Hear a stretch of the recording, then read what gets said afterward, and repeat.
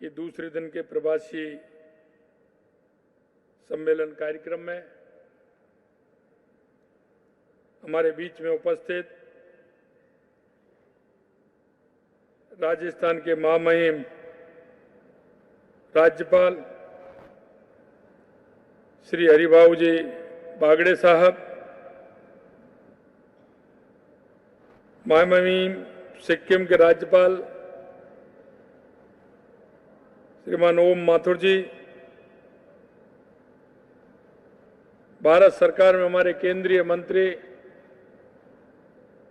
सम्माननीय भूपेंद्र यादव जी, कार्यक्रम में उपस्थित मेरे मंत्रिमंडल के सभी साथीगण, सभी विधायकगण, सभी मेरे प्रवासी भाई और बहनों, सबसे पहले तो मैं आप सभी का राज्य की सुनहरी धरती की महक के लिए हमारे एक निमंत्रण पर देश विदेश से समिट में पधारे मेरे प्रवासी भाई बहनों का राजस्थान की 8 करोड़ देवतुल्य जनता की ओर से आप सभी का हार्दिक स्वागत और अभिनंदन करता हूं। अपनी मातृभूमि के विकास की यात्रा में सहभागी बनने के लिए आप लंबी यात्रा करके यहां पहुंचे हैं, उसके लिए भी मैं आप सभी का आभार व्यक्त करता हूं।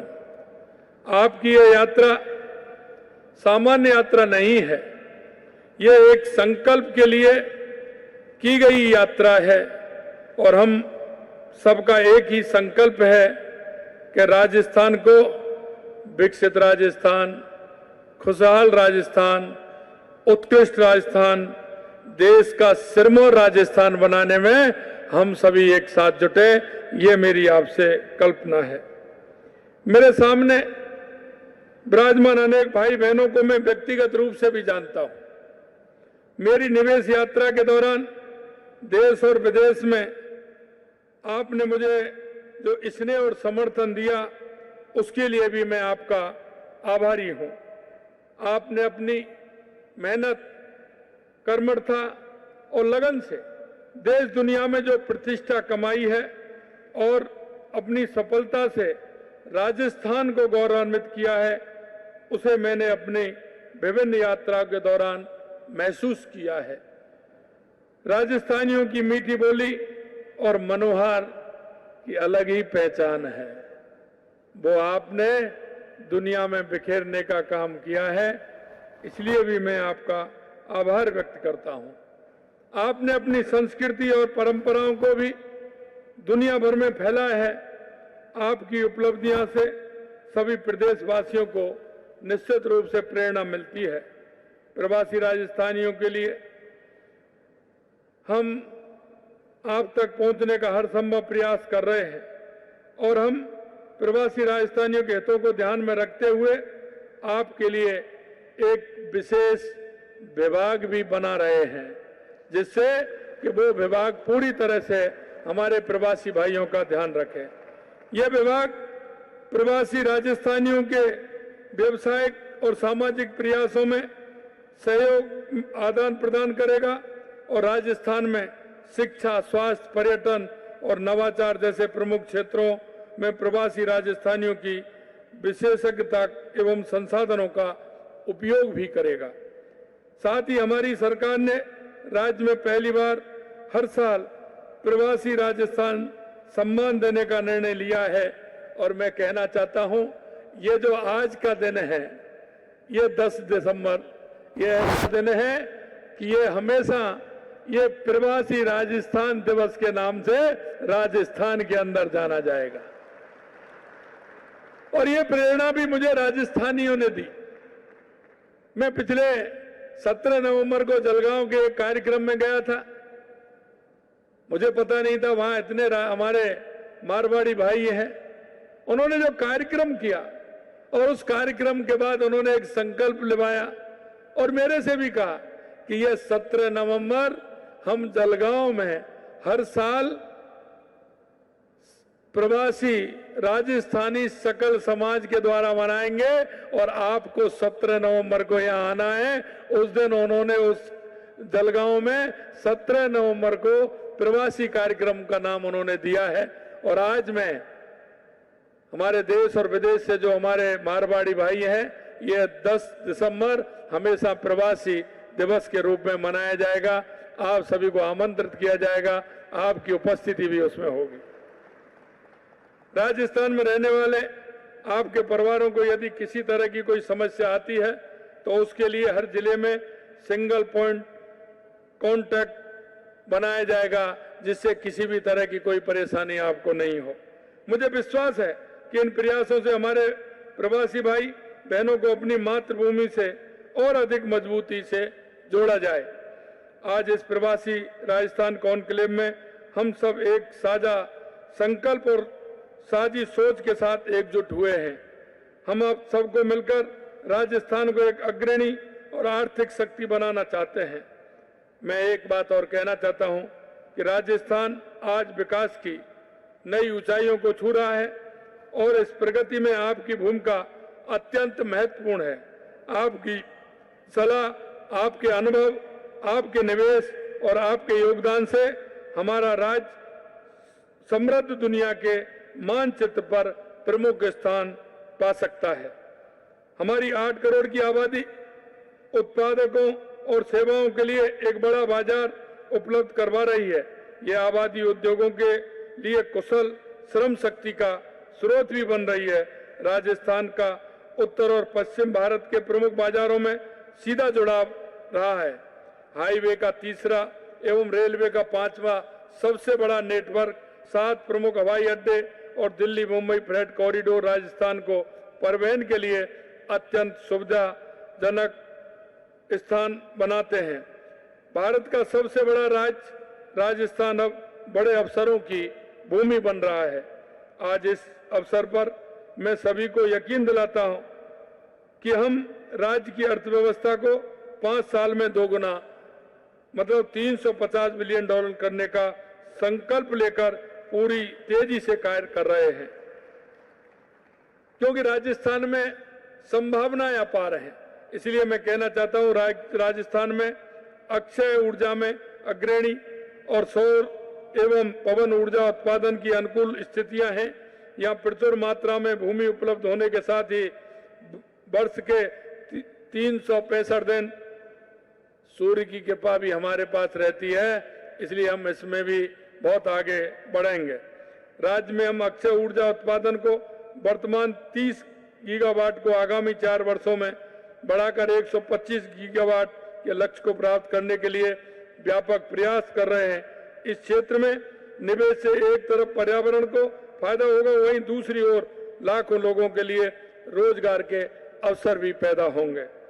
राजस्थान पर्यटन की दृष्टि से भी एक ऐसा राज्य है जहाँ राजस्थान का हर कोना अपनी समृद्धि, धरोहर, प्रकृति, संस्कृति, विविधताओं का दर्शन करवाता है। यहाँ वाइल्ड लाइफ, वेलनेस, वेडिंग एवं धार्मिक पर्यटन के बढ़ने के कारण होटलों की मांग तेजी से बढ़ रही है।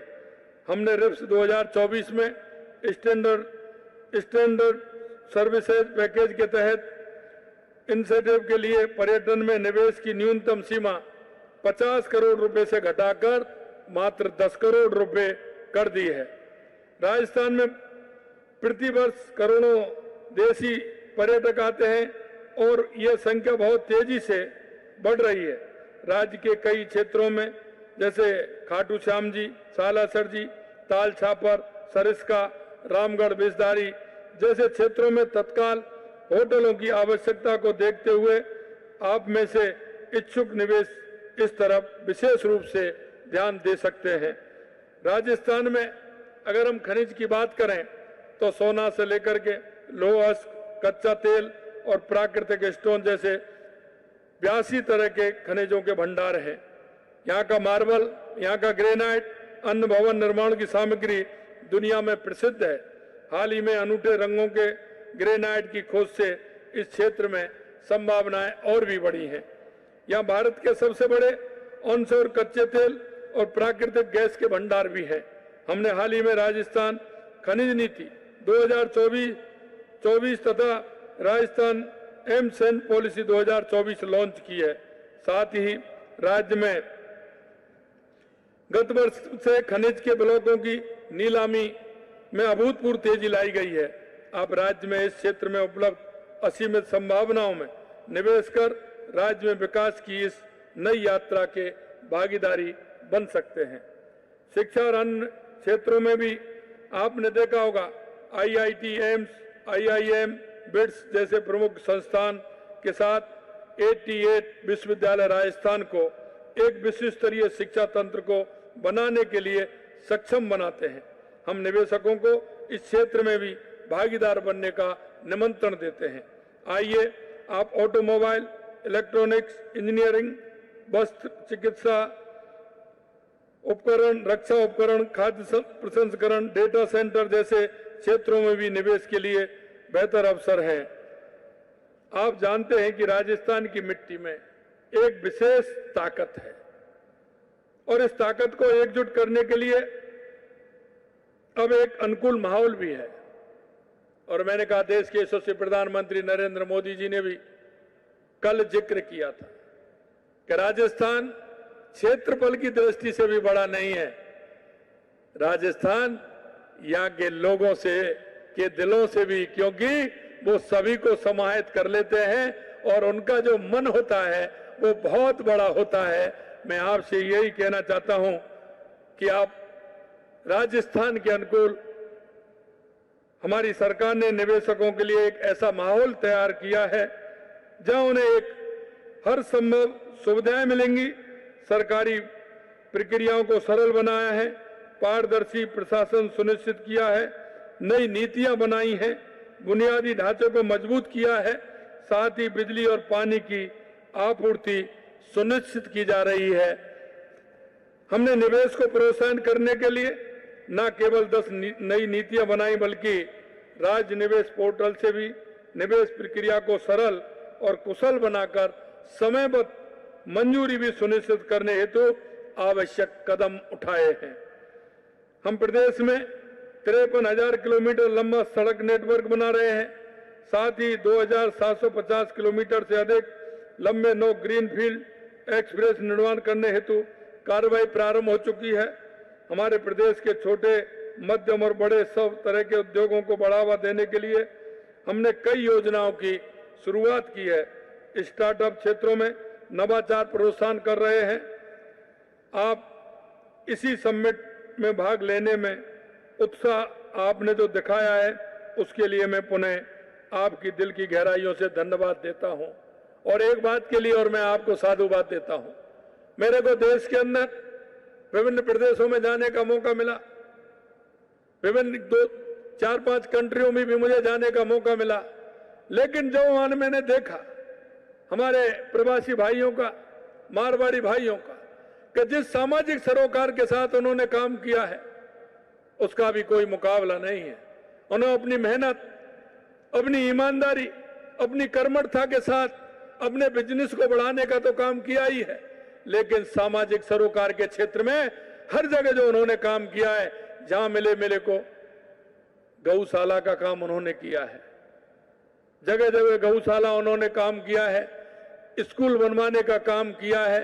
यहां तक कि मैं आपको कहना चाहता हूं वहां के शमशानों का निर्माण करने का काम भी राजस्थानी प्रवासी बंधुओं ने किया है। इस तरह से कई सामाजिक क्षेत्र में काम करने वाले भाई, क्योंकि वो राजस्थान की उस संस्कृति से जुड़े हैं, उस मिट्टी से जुड़े हुए हैं। राजस्थान की मिट्टी की खुशबू पूरी देश और दुनिया में आप लोग फैलाने का काम कर रहे हैं। इसलिए भी मैं आपको दिल की गहराइयों से बहुत बहुत धन्यवाद भी देना चाहता हूं। राज्य में उपलब्ध असीमित अवसरों में हम आपके निवेश का स्वागत करते हैं और चाहते हैं कि आप राज्य के विकास में साझेदारी बने। आइए अपनी मातृभूमि में निवेश कर इस माटी से अपने और आने वाली पीढ़ी के जुड़ाव को और मजबूती से हम काम करें। मैं कहना चाहूंगा कि मन में जो है, मुझे पता है कि जिंदगी की असली उड़ान बाकी है। जिंदगी के कई इम्तिहान अभी बाकी हैं।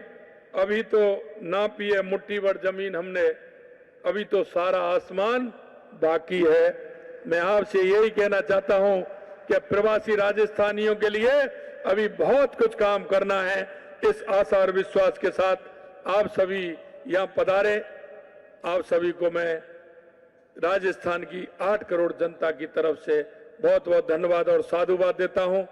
इस कार्यक्रम में आप हमेशा इसी तरह से, जो आज हमने कहा है कि 10 दिसंबर को हम प्रवासी राजस्थानी के कार्यक्रम बनाएंगे, आपको अगली साल के लिए भी आज ही मैं आमंत्रित करता हूं कि आप आए, पधारें और इस कार्यक्रम को हमेशा हम अपनी धरती से जुड़े हुए, अपनी संस्कृति से जुड़े होने के कारण, अपने उन देवी देवताओं से जुड़े होने के कारण, अपने उन सभी से जुड़ करके हम काम करें।